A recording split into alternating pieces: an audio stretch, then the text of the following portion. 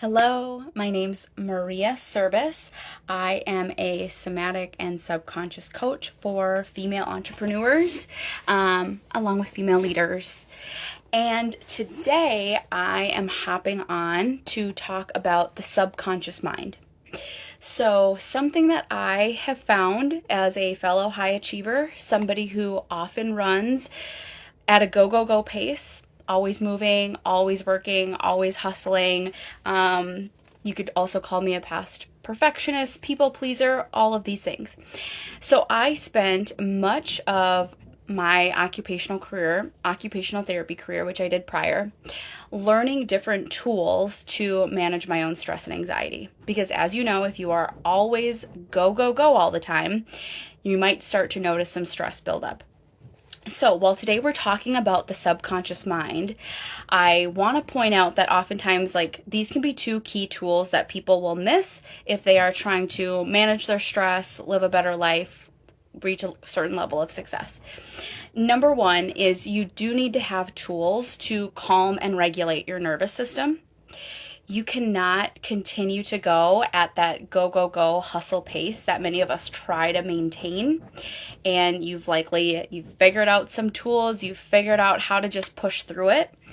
What I will say after working at Mayo for 2 years, back in 2015 and 2016, is that the chronic stress ultimately catches up to you. It will lead to health issues. So number one, I just always coach my clients, whether I'm working with female leaders, female entrepreneurs, what are your tools that you're using to manage the stress response that's happening in your body? Because whether you listen to it or not, stress is being released in the body. So that's always number one. It's a great place to start to make sure that you have tools to calm an anxious mind, calm an anxious body. But today, I want to go deeper because something that I've been diving deeper into is the subconscious mind. And ironically, I had not really done anything around this despite being in the healthcare world, being in the mental health industry for the last 4 or 5 years. Subconscious was new to me, and I did not realize that for many of us, 90% of what we do on a day-to-day basis is actually being run by our subconscious mind, and only 10% is being run by what we call our frontal lobe, our conscious mind, like things we are consciously choosing. Otherwise, a lot of what we're doing is technically on autopilot, and it's coming from our subconscious mind. Now, a term that I had, again, heard of probably within the last year and a half, I had a colleague who I was networking with, and he had mentioned that he did hypnotherapy. And I kind of knew that hypnotherapy was related to the subconscious, but again, up until a year and a half ago, I didn't know a ton about this either. And I remember thinking that I know many of us have heard of hypnotherapy, but not what is it really? I honestly think a lot of us have heard it referenced on a TV show or something, and often it's being talked about in a way of kind of being done in a performative way.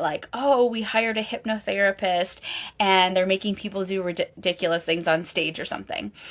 So then I think hypnotherapy, or that word, can get a bad rap, that it's someone's being taken over control when they are in hypnosis. My son is into the Captain Underpants books, and they even reference hypnosis in that, and maybe in the movie too of the Captain Underpants series. But again, it makes it sound like it's something where you're taking over somebody, and that's not the case. So, I wanted to share that I have tried different subconscious modalities. So currently today, there are different methods that different people have developed to access the subconscious mind. And here's why it's important. Because I had become a pro from I started dabbling in it in 2018 to 2022. I have become very good at using my own nervous system regulation, somatic body-based, all of that means the same thing, tools. I had become really good at learning ways to manage my own nervous system. However, what the piece that I was then missing, and why I wanted to go deeper as a fellow high achiever, go person, is that there are certain things I was starting to notice patterns within my own routines and with my own environment. There were certain things that would set off my nervous system into a fight or flight mode. So, for example, I was someone who struggled with setting boundaries with family, with clients, whatever that was. I tend to operate from a how can I help, how can I help, how can I help? And it was hard at times to start setting boundaries. And even though consciously, my conscious mind, my frontal lobe, where what we think of as like your top thoughts. So even though on a conscious level, I would say, okay, I just want to set better boundaries. No, I want to protect my time. Like I consciously wanted to set boundaries and I would practice and practice. But it would be so hard. And even when I would set a boundary, it would still feel so uncomfortable in my body. Like fire alarms going off in my body. I would get so stressed at it. Oh, so that was like one pattern. Or another pattern, a lot of us can have a lot of really poor subconscious beliefs about money and our relationship to money. And the thing to know is that, so the subconscious mind, we can access this level because it's like it speaks a different language than our conscious mind. Our conscious mind like speaks in, talk, words, logic. Our subconscious mind is a more like primitive, earlier developing part of our brain, and it operates more in visuals, emotions, feelings, experiences, and it's when we're in the theta brainwave state. And so it's not like as adults, we're never in theta, but as adults, we spend much more time in the higher level thinking states of logic and reason, and not as much time in the theta brainwave state as adults. Not to say that we don't still sometimes get there, like in deep meditation, right before we fall asleep, right when we wake up in the morning. So there are times that we can get into theta. However, here's the thing. As kids, we spend more time in theta brainwave state, like a ton of time as kids between the ages of like 0 and 6, 0 and 7. And so many of our subconscious beliefs, these like parameters around how our brain filters in information, because when you think about it, we filter in so much information, and so our brain then kind of sets up parameters like, oh, okay, this is her belief system, but a lot of that's formed when we're younger. So back to my example of money, is that let's say we grew up, and really it doesn't even matter whether your family or parents or wherever you were raised, whether you actually had money or not. It matters more about how people talked about money and how people acted around money. Not really as much matters whether you actually had it or not, because as a kid, you don't really know. So if you had grown-ups, caregivers, people who always talked in a stressful, frantic way about money, whether it was like, we'll never have enough, or maybe you did have enough, but your parents were always still like worrying, like, what if we lose it? What if this? Or saying things like money doesn't grow on trees. I don't know, like the only way to make money is to work your butt off 24/7, whatever it is. Okay. Now, there's not technically a right or a wrong per se, but as we get older, we have to ask ourselves, are my current belief systems around whatever it is? Are my current beliefs around money? Are my current beliefs around success?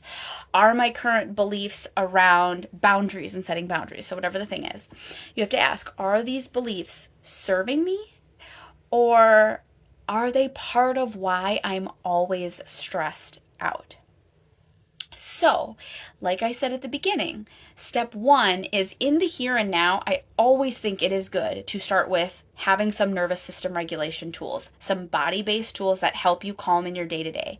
Because at the end of the day, you just can't operate as well in your everyday life in general, parenting, running your business, leading in your career, if you're always in fight or flight. So it's like, first, just like find tools to center yourself. Then number two is if you get that down and then you start to realize that certain things are coming up and they keep coming up and they keep causing you stress and frustration and overwhelm or stuckness or inaction, that is when you want to get curious about like, okay, how is my subconscious mind playing into this? So like I said, for me as someone who, even though consciously I wanted to set boundaries, I wanted to be able to set better boundaries with family, with friends, with within my business, whatever that was, I would really struggle with it and would really set off my stress response. So I had to do some subconscious healing around that. Sometimes it's like I have to become more self-aware of what's in my subconscious. I have to be able to look at it, sit with it. I will sometimes couple subconscious work with like inner child healing, because sometimes it's the inner child, this inner part of yourself that picked up this belief, and it needs some time to sit and process. So maybe we incorporate some of that. We have to remind the inner child that it is safe. We have to bring the inner child up to speed, that you are here, you are now, you are safe. And then the modality that I use. So as I mentioned, I have tried different subconscious modalities because I wanted to try out different ones to see what I preferred. And the one that I really liked is called Thetahealing, and it was created by Viana. I'm going to forget her last name, but I'll write it in the comments of the notes here. And she developed this technique, which includes, my favorite part about Thetahealing is that it includes using your body as a testing of what beliefs are being held in the body. We test a belief on 4 different levels: the core level, the genetic level, the history level, and the soul level. So we're just seeing where that belief resides. If something's on all levels, that means it's like a core belief. And ultimately, so we test, and then we get you into the theta brainwave state. We do a meditation-like experience. And for the modality that I use when I am in the meditative state, when you're in the meditative state, when we're doing the theta healing technique, we also pull in creator source energy. So we are also tapping into the 7th plane of existence so that we can get the highest and best healing. And then I am just there to channel and witness and support.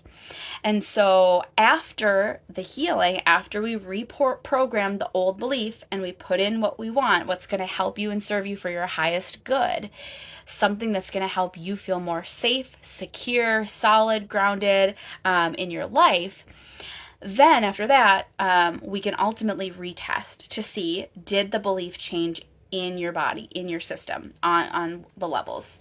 So I really liked that there was that test and retest, and that we also were testing a subconscious belief on 4 different levels.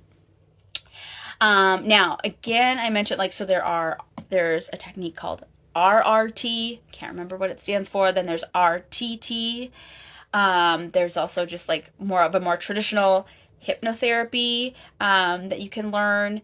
Some people are trained in NLP. I also pull in EFT. EFT tapping is another. I love EFT tapping because it's kind of like a somatic tool that I will sometimes coach women in for stress reduction, anxiety management. But I also love EFT because it's another way to access the subconscious mind. So it's like a bonus tool. But I will say that since I've learned theta healing, I love using this technique. So for myself, I have had probably 12 plus theta healing sessions. And I will share more in future lives just so you can learn a little bit more about the subconscious mind and how this has really supported me. But if you are curious, if you would like to go to the deep level to support your highest and best healing so that you can operate from your highest and best self in your business, in your career, if you know there's just an area that there's a stuckness and you keep noticing this pattern and you have this belief that is no longer serving you, send me a message. Let me know that you are interested. DM me Clarity Call and we can hop on a call together. I'm happy to share more. I'm super excited to share this with the world. It has been life-changing since I personally have started doing subconscious theta healing sessions with my mentor, Dr. Allison. I am now certified in it. Super excited to share it with more women. make sure you drop below, what do you feel like is maybe like one of your subconscious patterns that's maybe running? And oftentimes we will identify these patterns because it's going to feel like, oh, in XYZ, why do I feel like I'm sabotaging myself? Why is this not working? Like, I consciously want it, but there's something missing. It's going to feel like a stuckness. So either feel free to comment below, send me a DM, and I will be sharing just a little more tidbits about subconscious theta healing as well. Currently open for accepting 2 new one-on-one coaching clients. So again, just message me if you want to learn more about those packages or book a clarity call. Have an awesome day.